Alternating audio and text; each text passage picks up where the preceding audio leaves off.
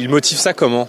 C'est-à-dire quelle proposition que nous portons, Squeezie est en désaccord, il ne veut pas augmenter le pouvoir d'achat, il ne veut pas rétablir la sécurité, il ne veut pas protéger nos frontières, parce que c'est, je crois, ce que souhaite une majorité de Français.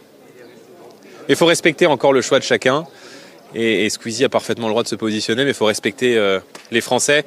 Il faut surtout respecter les Français qui ont beaucoup de problèmes de pouvoir d'achat, et qui, eux, n'ont pas la chance de pouvoir bénéficier de revenus très importants. Il faut respecter chacun et il faut respecter la souffrance qui s'exprime aussi dans le pays. Dans une récente séquence médiatique, Jordan Bardella, figure de proue du Rassemblement national, a répondu publiquement à Squeezie, l'un des plus grands youtubeurs français. Squeezie avait utilisé Instagram pour inciter ses abonnés à ne pas voter pour le RN et Bardella.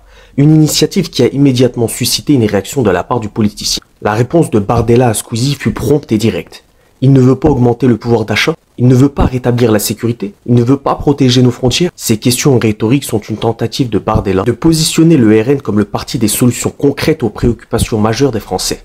Il essaie pour cela de contrecarrer l'influence de Squeezie en soulignant les objectifs politiques du RN. Le fait même qu'un politicien de premier plan prenne le temps de répondre à un youtubeur pose des questions sur la crédibilité et la priorité de Bardella. En tant que représentant d'un parti politique, ses interventions publiques devraient se concentrer sur des débats politiques substantiels et des questions de politique publique. Répondre à un youtubeur pourrait être perçu comme un signe de faiblesse ou de distraction, détournant l'attention des problèmes réels. Cette interaction souligne également l'importance croissante des médias sociaux dans la politique moderne. Les youtubeurs comme Squeezie ont une portée et une influence considérables, souvent supérieure à celle de nombreux politiciens traditionnels.